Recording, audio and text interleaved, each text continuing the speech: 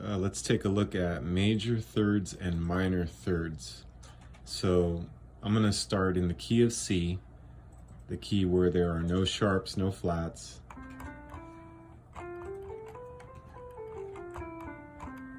And I'm looking at the first three notes, C, D, and E. C, D, E. And the first three notes of the key of C major, from one note to the next, you measure it in intervals. So from C to D is a whole step, and then from D to E is a whole step. So what you have here is a whole step and a whole step from C to D and a whole step from D to E. Okay? So that's important because when I play this interval of a third now from C to E, I know that it's made up of two whole steps. Now, let me go back and explain that the distance between any two notes that are exactly next to each other, adjacent to each other, is a half step. So C to C sharp or D flat is a half step. And then C sharp, D flat to D natural is another half step. So that's where you get this, that's where it totals up to be a whole step. And then from D to E is made up of a half step and another half step. So when I start now on the note C and I go from C to D, I'm actually counting the notes numerically as C being 1 and D being 2. So if I play those two notes together, that's considered a second. Another way to think of a second or a third, a fourth, a fifth is by letter name. So you can always say C to D is a second, C to E, 1, 2, 3 is a third. Okay, so there's my third, and like I said, we're dealing with thirds, and that's the quantity, and then the quality is a third is either major or minor. So two whole steps is equal to a major third. Now, how do I know what a minor third is? I would have to go from C to E because the letter names tell me the quantity. And then the quality would be that instead of playing an E natural, I go a half step down to an E flat. So now I have the quality as minor. Quantity is a third, quality is minor. All right, so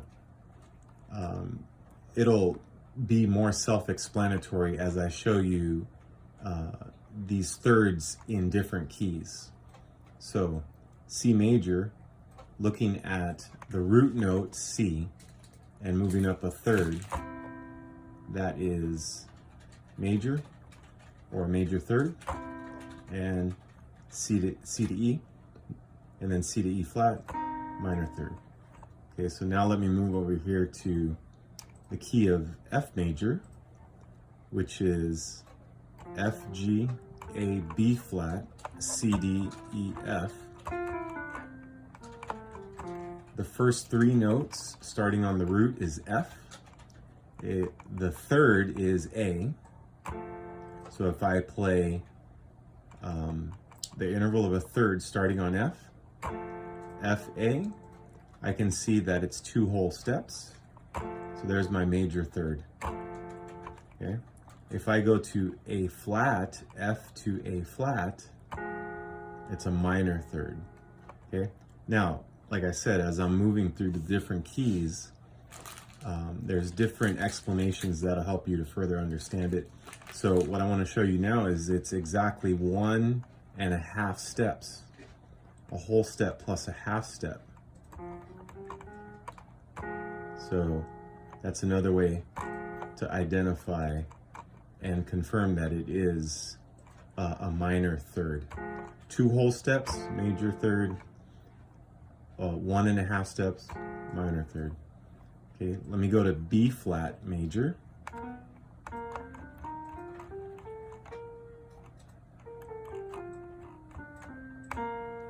Okay, so B flat. Okay, so now I'm gonna say, okay, let me take a step away from the keyboard and just think about the letter names.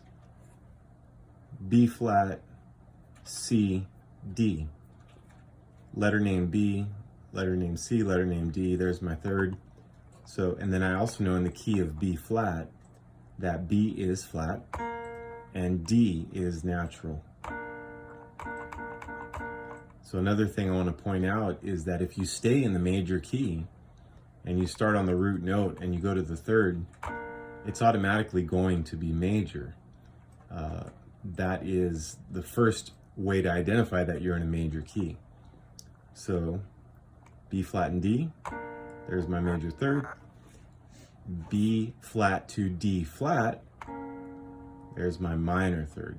Okay, so another thing I want to say here is that the note is actually flatted, so that means it's outside of the key. But if you were to see this on the staff notated, then the key signature would say in the key of B flat that B is flat and E is flat. So then you'd have to write the flat symbol in front of the D to notate that it's flat. Okay, so in B flat major, here's your major third, minor third. Okay. E flat major, E flat starts on E flat, F, G, and then I could go on up to the rest of the key. I ran out of keys here, but I'm just dealing with the first interval of a third. E flat to G is my major third. E flat to G flat, minor third. So now I want to add another layer to it and say that you want to begin listening and recognizing what a major third sounds like versus what a minor third sounds like.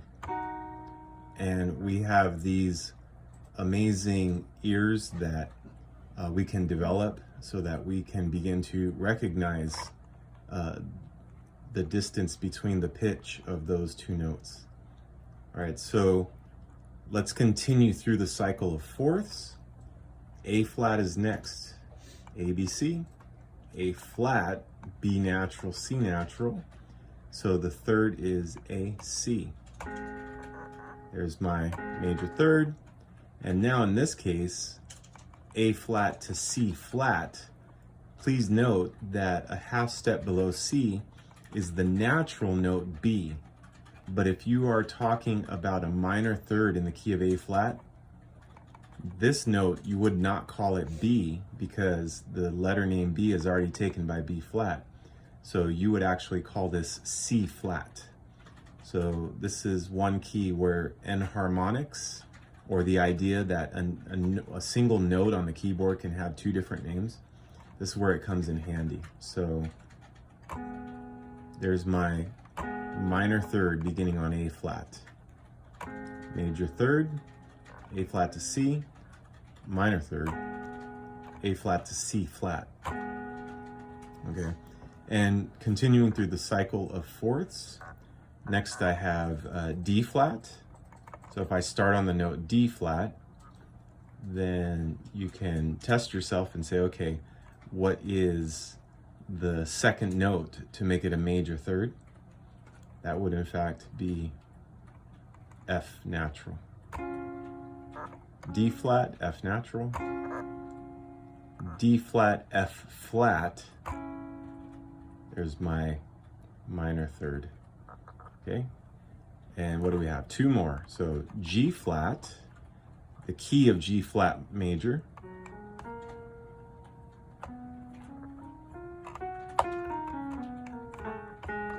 Okay, so G flat, and then B flat. there's my major third. And now in this case, right, this is, the major third is from G flat to B flat. So now if I go a half step down, that's actually B double flat. So maybe you didn't know that a double flat is allowed, but in this case, absolutely, you are using double flat. And then the last key going through the cycle of fourths is C flat. So C flat to E flat is a major third. And then C flat to E double flat. So here's E natural, E flat, E double flat. So there's my minor third, major third, minor third. All right, so there is the rundown of the intervals of major thirds and minor thirds, going through all the keys in the circle of fourths.